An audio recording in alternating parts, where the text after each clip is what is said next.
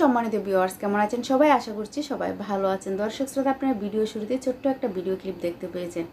সেখানে দেখতে পেরেছেন একটা মেয়ে হাতাহাতি করতেছে। দর্শক শ্রোতা, সেই মেয়েটার কি হয়েছে? সেই মেয়েটা একটা ছেলেকে ভালোবেসে তারপর তারা বিয়ে করেছে তাদের পরিবারের অসম্মতিতে। দুই পরিবারের কেউই কিন্তু সেটা রাজি ছিল না, তারপরও তারা কিন্তু বিয়ে করেছে। বিয়ে করার পরে তাদের পরিণতি কি হলো, যদি আজকের ভিডিওটা না দেখেন তাহলে বুঝতে পারবেন না। যখন ছেলেরা তার বাড়িতে যায় তখন তার পরিবারের কেউ মেনে নিচ্ছে না, ছেলের পরিবারের কেউ মেনে নিচ্ছে না, এবং কি এই মেয়েটাকে তার বাড়িতে ঢুকতে দিচ্ছে না।